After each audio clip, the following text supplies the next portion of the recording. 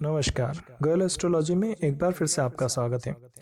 पिछली बार जो हमने वीडियो बनाया था उसमें हमने आपको बताया था कि पिछले जन्म में आपने कौन से कर्म किए होंगे कि आपको लग्नेश के रूप में संबंधित ग्रह मिले हैं, जिस पर आप सभी की ओर से बहुत अच्छा प्रतिक्रिया दी गई। उसके लिए हम आपके तहे दिल से धन्यवाद और आभारी रहेंगे।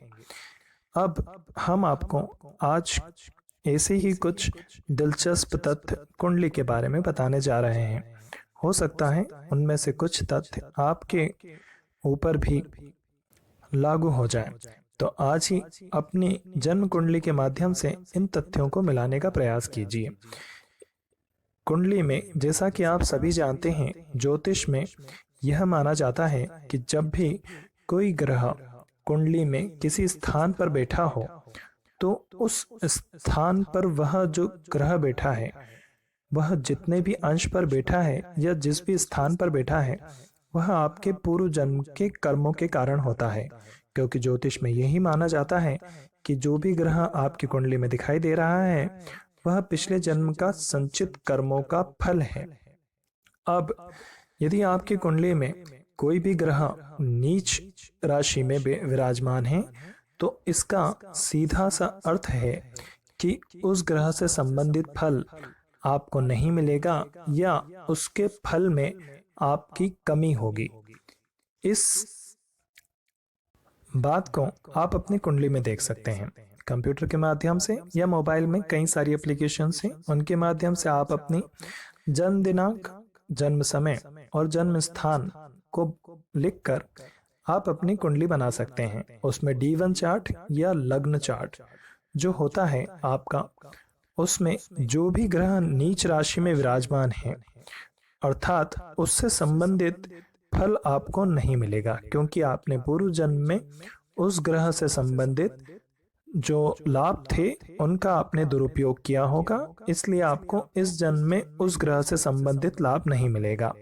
अर्थात जैसे कि यदि आपकी कुंडली में सूर्य नीच राशि में अर्थात तुला राशि में विराजमान है तो इसका अर्थ है कि इस जन्म में आपको मान सम्मान में कमी रहेगी, आपको पिता के प्रेम में कमी रहेगी और इसी तरह से आपको यश भी प्राप्त कम ही होगा। फिर यदि आपका चंद्रमा नीच राशि में विराजमान है तो चूंकि आपने पिछले जन्म में चंद्रमा से संबंधित फलों का दुरुपयोग किया होगा, तो इस बार जब आपका होगा तो यह होगा कि आपका मानसिक शांति आपको नहीं मिलेगी। चंद्रमा से संबंधित फलों में कमी होगी, जैसे आपको मानसिक शांति नहीं मिलेगी, आपको माता से संबंधित प्रेम में कमी होगी और इसी तरह से आपको चंद्रमा से संबंधित बीमारियां भी परेशान करेंगी। फिर यदि आपकी कुंडली में मंगल नीच राशि में विराजमान है तो इसका मतलब है कि पिछले जन्म में आपने अपने बल का गलत उपयोग किया था, इस कारण से मंगल इस बार आपके नीच राशि में विराजमान है, जो कि मंगल कर्क राशि में या 4 नंबर की राशि में नीच राशि में होते हैं। तो ऐसी स्थिति में इस बार आप थोड़े से डरपोक रहेंगे, मतलब आपको डर थोड़ा ज्यादा लगेगा, गुस्सा थोड़ा ज्यादा आएगा, पर आप उसे कंट्रोल करना होगा। आप उसे बता नहीं पाएंगे क्योंकि आप थोड़े से डरे हुए रहेंगे हमेशा। छोटे भाई बहनों का प्रेम आपको नहीं मिलेगा और ऐसे ही रक्त संबंधी परेशानियां आपकी रहेंगी। फिर यदि बुध आपकी कुंडली में 12वीं राशि यानी मीन राशि में विराजमान है तो इसी स्थिति में यह माना जाएगा कि बुध नीच राशि में विराजमान है। तो बुध जिस भी घर में आपके पहला तो नीच राशि में विराजमान है उस घर से संबंधित फलों में कमी करेगा, प्लस आपकी तार्किक क्षमता को भी कम करेगा। मतलब आपकी जो बुद्धि होगी, बुद्धिमानी होगी, वह कम रहेगी। आप दूसरों से वाद विवाद नहीं कर पाएंगे। फिर बोलने में आपको संकोची बहुत होंगे। आपके बाल जो होंगे वो भी आपके थोड़े से आगे से कम होंगे सर के।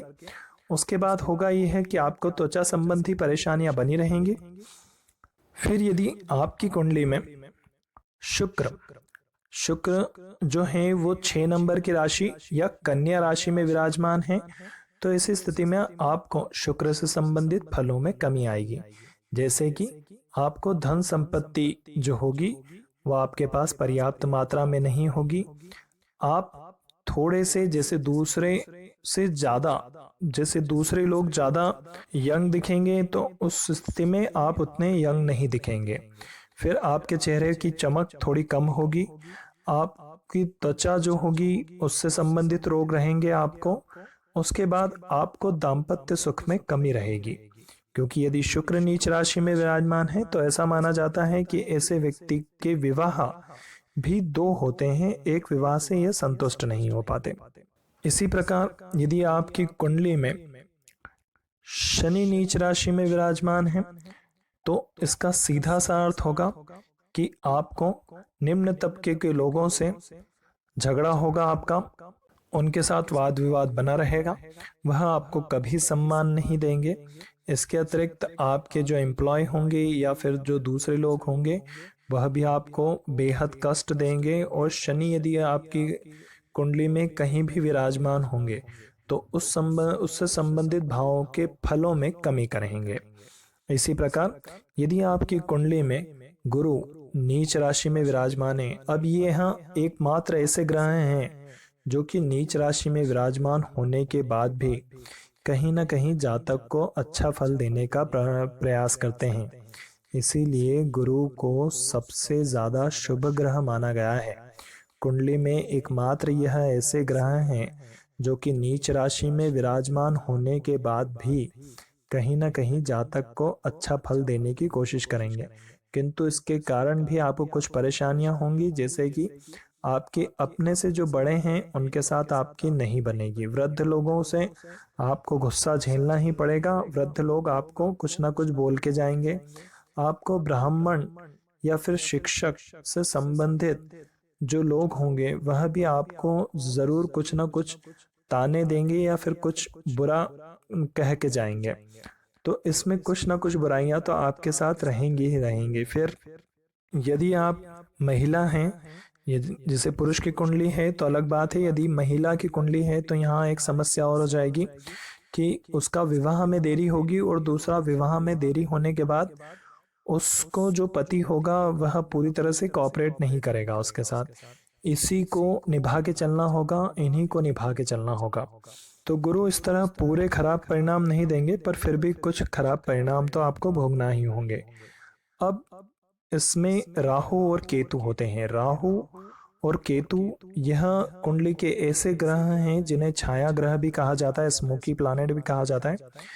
अब यदि यह आपकी कुंडली में नीच राशि में विराजमान है तो ऐसी स्थिति में यह आप निश्चित है कि राहु और केतु वैसे तो पापग्रह के में आते हैं, ये सदैव बुरा ही कर्म करते हैं, तो यह आपको अच्छा फल तो नहीं देंगे, किंतु यदि नीच राशि में होंगे तो आपको ज्यादा खराब फल प्रदान करेंगे। इस बात की आपको निश्चित तौर पर रखना होगा। जब भी इनकी दशा, अंतरदशा, महादशा होगी तो आप निश्चित तौर पे यह समझ लीजिए कि आपको थोड़ा सा खराब समय भुगतना होगा।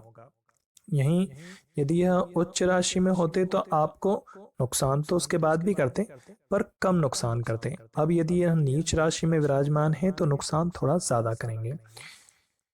इस तरह से कुंडली में और भी कई सारे योग हैं। चूंकि यह वीडियो बहुत लंबा हो जाएगा, इस कारण से हम आपसे क्षमा चाहते हैं।